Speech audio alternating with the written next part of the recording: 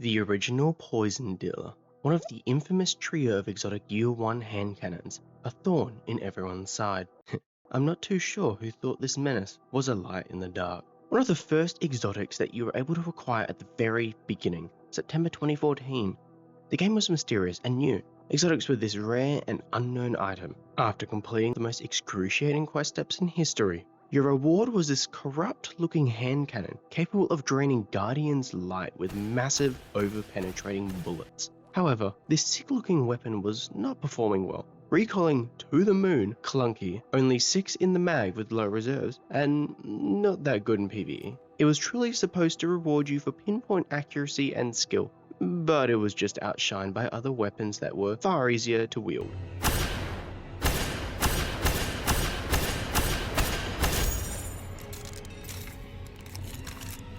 Fast forward a bit, still in Year 1, when the cries were heard and Thorn entered the spotlight. A completely new weapon, improved stability, handling, PvE damage over time, reserves increase and mag increased to 9. Now, it lived up to the name of Guardian Killer. 2 headshots and you watched in delight as Guardians ticked down, unable to do anything, wallowing in agony. Many 7s. The inclusion of this beast was what brought about the infamous trio of hand cannons to terrorize Year 1. Until the Taken King when Thorn was brought in line, but not brought forward. Lingering damage was hit hard, preventing any 2-tap potential, but it now stacked, and so its legacy remained in Year 1.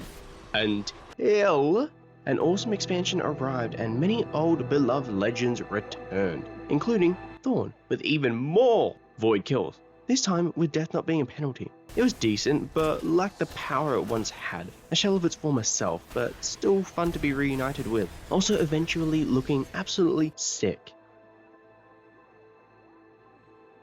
Fast forward again to March 2019, Season of the Drifter, right after the last word returned, and so it began, with even more void kills. After a difficult alternate version of Savathun's song, it was back in your hands, featuring large bullets and overpenetration again, but this time featuring remnants, aka souls.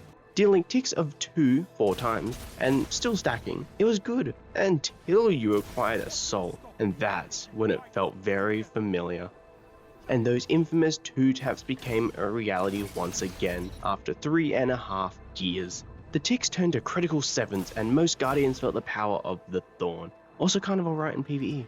And then enter a historical time for the franchise, Beyond Light, where everything changed. Hand cannons also got quite a heavy adjustment, with the popular lightweight 150s being converted into 140s, except for one, since 140s were just completely inferior. They were still good, gaining more base damage, but just weren't the same. Thorn's tick damage even decreased to 1 for balance. This was also when the fabled Hawk returned, and the trio was reunited at long last. Aggressive frames came into the spotlight soon after too, with newer hand cannons just having plenty more range to compete at. This left Thorn in a rough spot.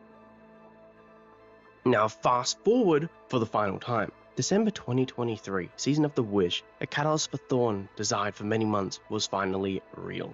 Range was what it needed and range was what it got. Plus 20 range, nice. Plus 10 stability, more range, handling, and mobility after a kill or absorbing a remnant. It was exactly what it needed, and it shot up to the top of the usage charts. Instead of just partially refilling the mag now, you could overflow up to, 40?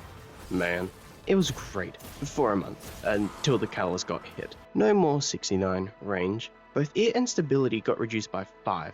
So sad, but have 5 airborne effectiveness, count it. Because AE is definitely still beloved by all. It is more balanced now, and the nerf was expected, but a nerf's a nerf.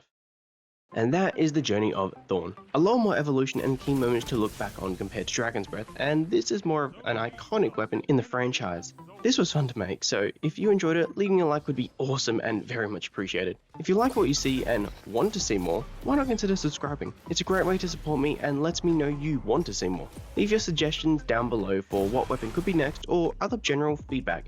Thanks again all. Now go and watch your enemies burn as you emote on them in a definitely non-toxic fashion.